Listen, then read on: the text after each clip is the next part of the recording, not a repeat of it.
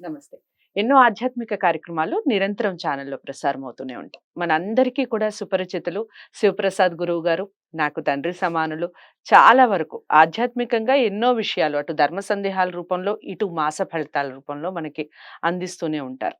ఇక సంవత్సరాంతం వచ్చేసింది. ఇట్టే గడిచిపోయిందా సంవత్సరం అనిపిస్తుంది.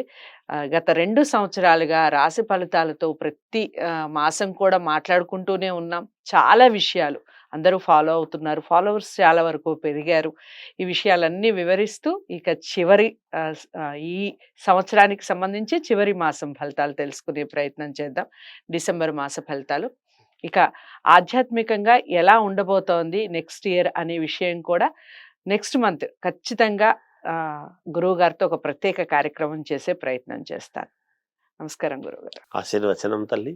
గురువుగారు, ఇక తదుపరి రాశి సింహరాశి. సింహరాశి వారికి ఏ విధంగా ఉంది డిసెంబర్ మాసం? సింహరాశి వారికి ఈ డిసెంబరు మాసంలో కొంచెం మిశ్రమ ఫలితాలే గోచరిస్తూ ఉన్నాయి. హ్మ్.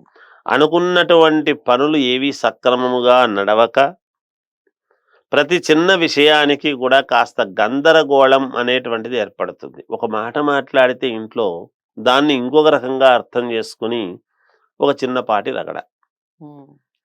ఏదైనా ఒక పని ఇది బాగుంటుందిలే అని ఒక ఇంటికి తెస్తే దీన్ని ఎవరు తెమ్మన్నారు అని ఒక చిన్న రగడ. హ్మ్. ఇలాంటివి కూర్చున్నా తప్పే, లేచినా తప్పే, బయటికి వెళ్ళినా తప్పే, ఏం చేసినా తప్పే అనేటువంటి పరిస్థితుల్లో కాస్త ఈ మాసము ఉండబోతున్నది సింహరాశి వాళ్లకు. అంతేకాకుండా చుట్టుపక్కల వారితో అనవసరమైనటువంటి మాట పట్టింపులు. నిన్నటిదాకా బాగున్నారు, హ్మ్. అది ఇదిని మాట్లాడుతున్నారు. చిన్న విషయానికి, ఏదో ఒక చిన్న విషయానికి చుట్టుపక్కల వాళ్ళతో కాస్త మాట పట్టింపులు కలుగుతాయి. చేపట్టినటువంటి వ్యవహారాలు అన్నీ అంత కలిసొచ్చేటువంటి విషయం అయితే కాదు. ఈ మాసంలో ఏది పట్టుకున్నా కలిసొస్తుంది అనేటువంటిది లేనే లేదు. జాగ్రత్తగా 1కి 10 సార్లు ఆలోచన చేసి ఇది నాకు సెట్ అవుతుందా లేదా, నేను ఒక పని చెయ్యాలి అని అనుకుంటున్నప్పుడు అది ఎంత మాత్రం పనికొస్తుంది ఏమిటి అని ఆలోచనలు చేసి ముందుకు వెళితే మీకు మేలు జరుగుతుంది గాక. అలాగే చేపట్టినటువంటి పనుల అన్నిటిలోనూ జాప్యం అంటే నిదానము నత్తనడక. వృత్తి వ్యాపారాలలో ఊహించనటువంటి కొంచెము నష్టాలు వచ్చే అవకాశం ఉన్నది. ఎవరైనా వ్యాపారాలు చేసుకుంటున్నా వృత్తి ధర్మము ప్రకారముగా వాళ్ళు చేసుకుంటూ ఉండినా కొద్దిగా నష్టాలు వచ్చేటువంటి ఇది ఉన్నది. ఉద్యోగపరముగా పని ఒత్తిడి పెరిగి సమయానికి నిద్ర ఆహారం అనేటువంటిది ఉండవు. దాని వలన శారీరకమైనటువంటి శ్రమ వలన కాస్త అనారోగ్య పరిస్థితులు వచ్చేటువంటివి ఉన్నాయి.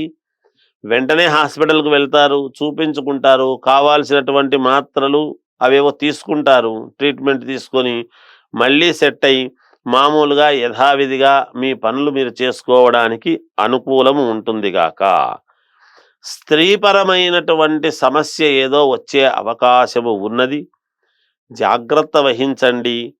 ఏదైనా అటువంటివి ఉంటే వివాదాల్లోకి వెళ్లకుండా జాగ్రత్తగా తానొవ్వక ఇతరుల నొప్పించక తప్పించుకు తిరుగువాడు ధన్యుడు సుమతి అన్నట్టుగా జాగ్రత్త పడండి.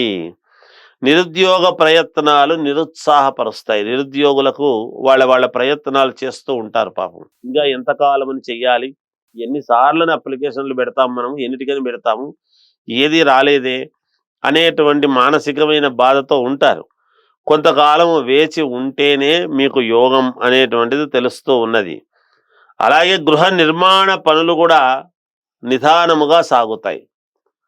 ఆల్రెడీ మొదలుపెట్టిన వాళ్ళు కావచ్చు, లేదా పెట్టాలి అని అనుకునేటువంటి వాళ్ళు ఇంకా కొంచెం వాయిదాలు పడుతూ ఉంటాయన్నమాట. మనం ఇంత తొందరగా చేసుకోవాలని అనుకుంటామో అంత నిదానం అయ్యేటువంటి పరిస్థితి ఉంటున్నది ఇక్కడ.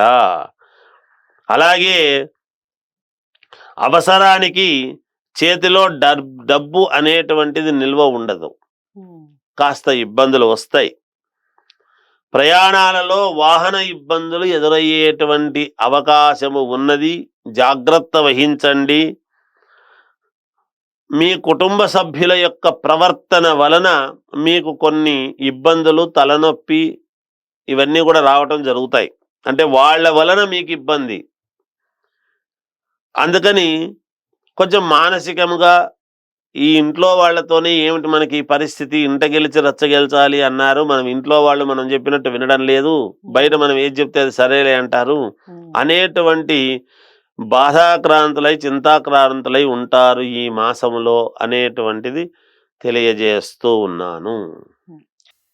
చాలా విషయాల్లో జాగ్రత్తలు చెప్పారు కాబట్టి గురువుగారు. ముఖ్యంగా దైవారాధన అలాగే కలర్స్, దిక్కులు చెప్పండి.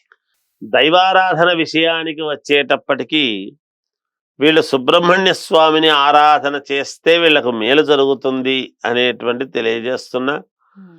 ఇక ఎటువంటి గుడ్డలు వేసుకుంటే బాగుంటుంది అంటే తెలుపు రంగు గుడ్డలు వేసుకుంటే మేలు జరుగుతుంది. దిక్కుల విషయానికి వచ్చేటప్పటికి అన్ని దిక్కులు పనిచేస్తాయి వీళ్ళకు. ఎటువంటి ఇబ్బంది ఉండదు. సుబ్రహ్మణ్య స్వామిని ఎక్కువగా ఆరాధించండి సింహరాశి వారు. అలాగే తెలుపు రంగు ఎక్కువగా కలిసొస్తుంది. కలర్స్ విషయాల్లో వైట్ కలర్ ఎక్కువగా యూజ్ చేయండి. అన్ని దిక్కులు కలిసొస్తాయి. ఏదేమైనప్పటికీ వ్యక్తిగత జాతకాలు చాలా ఇంపార్టెంట్. వ్యక్తిగత జాతకాల్ని పరిశీలించుకొని పరిహారం చేసుకోవాలి అనుకున్నవారు, గురువుగారి దగ్గర జాతకాలు చూపించుకోవాలి అనుకున్నవారు స్క్రీన్ మీద కనపడే నెంబర్‌కి కాల్ చేయండి. వీడియోని లైక్ చేసి షేర్ చేయండి. ఛానల్‌ని సబ్స్క్రైబ్ చేసుకోండి. తదుపరి రాశితో మళ్ళీ కలుద్దాం. అంతవరకు సెలవు. నమస్తే.